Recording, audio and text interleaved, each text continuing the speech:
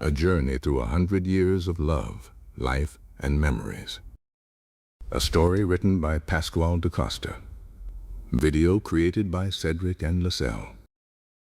Some lives are not just lived, they are woven into the hearts of everyone they touch. This is the story of one such life. On the 9th of June 1926, in the serene village of Chantor, Goa, a baby girl was born to Mr. Accurcio Francisco Xavier Pereira and Mrs. Cecilia Fernandez, a girl who would go on to live 100 years and beyond. The firstborn, she would grow up as the eldest among 8 siblings, 5 brothers and 3 sisters, the foundation of a vibrant and loving family. From 1933 to 1940, she completed her primary education in Portuguese, while also devoting herself to household duties. She worked alongside her brother Rosario and her sister Josephine on the family farm, known as the Afermento, located in Chandor. There, she tended to paddy fields, cashew and coconut plantations, and domestic animals. It was a childhood shaped equally by learning and by the land. In 1943, a marriage proposal arrived from Mr. João Costa, fondly known as John D'Costa. A man of standing and purpose, he hailed from Makazana. An engineer by profession, he served with the Navy and was stationed at the time in Karachi, Pakistan. This marked the beginning of a story that would shape the rest of her life.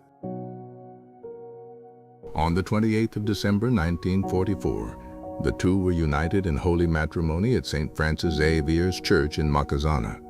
Together, they embarked on their first great adventure, setting off to start their new life in Karachi, Pakistan. In 1945, the couple returned to Goa. John's new position with the Electric Construction Equipment Company, or ECE, took him traveling across Kolkata, Delhi, and Mumbai.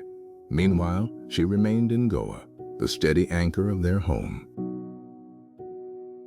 On the 7th of January 1946, joy filled their home as she welcomed their firstborn, a baby boy lovingly named Joachim. On the 13th of June 1948, their family was blessed once again with the arrival of a second son who was named Anthony. On the 24th of January 1950 came a double blessing. She gave birth to twins, 2 baby boys arriving together, bringing with them twice the joy and twice the love. In 1952, she made the most defining decision of her life, one that would forever alter the destiny of her entire family. With a mother's fierce conviction, she chose to leave Goa and move to Belgaum, driven by one singular purpose: to give her children a better education and a brighter future. Despite resistance from her in-laws, she stood firm and resolute. With 4 young sons, she settled into a modest rented home at Bungalow BC 52, Camp, a single room and kitchen with no electricity, no running water, and no gas. Every day was a struggle, and yet she carried not a single regret, for in her heart she knew she had chosen right. Between 1953 and 1968, she gave birth to 4 more sons in Belgaum and enrolled her children at St. Paul's High School, the very fulfillment of her dream. Over the next 25 years, one by one, her boys completed their studies, earned their degrees, and stepped out into the world, some building their lives across India, others venturing abroad. The sacrifices of those early years had blossomed into something beyond what words could measure. And yet, even today, she looks back at those humble days at BC 52 with a warm smile, saying without hesitation that despite all the struggles, those were the best days of her life. For it was there, in that little one-room home, that she built everything that truly mattered. In 1978, a new kind of joy graced the family, as her eldest son Joachim took his wedding vows, ushering in a beautiful new chapter. With the family growing, she moved to a larger rented house at Bungalow BC 75, Camp Belgaum. In 1980, life bestowed upon her yet another golden blessing, the arrival of her very first grandchild, a precious baby girl. The woman who had given so much of herself to her children now held in her arms the next generation of her legacy. From 1980 to 1998, her remaining sons found their life partners and settled into their own homes, marking the beautiful fulfillment of the mission she had set her heart upon decades ago, to nurture, educate, and stand by each one of them until they stood tall on their own 2 feet. It was not just a mother's triumph, it was the crowning achievement of an extraordinary woman. On the 28th of December 1994, they celebrated a magnificent milestone, 50 glorious years of marriage, their golden jubilee. Their newly constructed home at Nanawadi was filled with joy and grace as a solemn mass was celebrated by none other than the Bishop of Belgaum, his most reverend Father Ignatius Lobo, a truly fitting tribute to a union built on faith, love, and a lifetime of devotion. The years from 1994 to 2001 brought with them perhaps the most difficult chapter of her life. Her beloved husband fell gravely ill, bedridden and completely immobilized.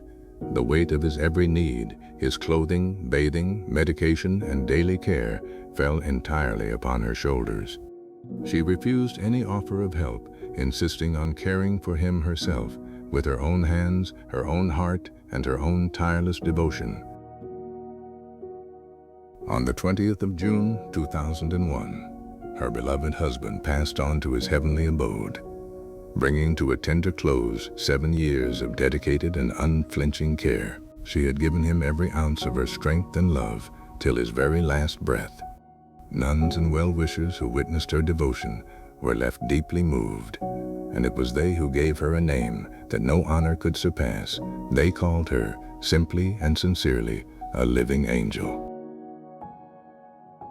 In 2002, after the quiet settling of grief, she moved into the family's own home at Nanawadi, a house that her beloved husband had built with his own vision and effort during his lifetime.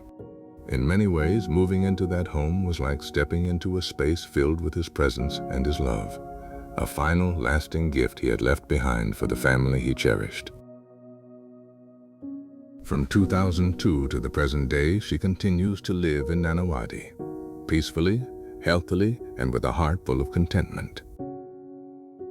Through every role she played, daughter, sister, mother, mother-in-law, grandmother, and great-grandmother, she gave nothing less than her whole heart, becoming the fulcrum around which the entire family has held together. The sacrifices she made throughout her 100 years are too many to count, yet not one was made in vain. Each one was an act of love, quietly offered so that her family could know health, peace, and unity. And perhaps that is the most beautiful truth of all, that a life so generously given to others has itself been so abundantly blessed.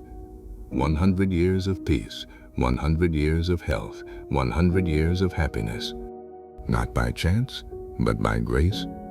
The grace that flows naturally from a life lived in love and service to others. She is and will always remain the heart of this family, its greatest treasure and its most enduring blessing. Along this remarkable journey, she has been blessed with 18 grandchildren, and today stands proudly as the great-grandmother of 15 precious little ones, a living testament to the magnificent family tree she has nurtured with love, sacrifice, and grace over 100 beautiful years.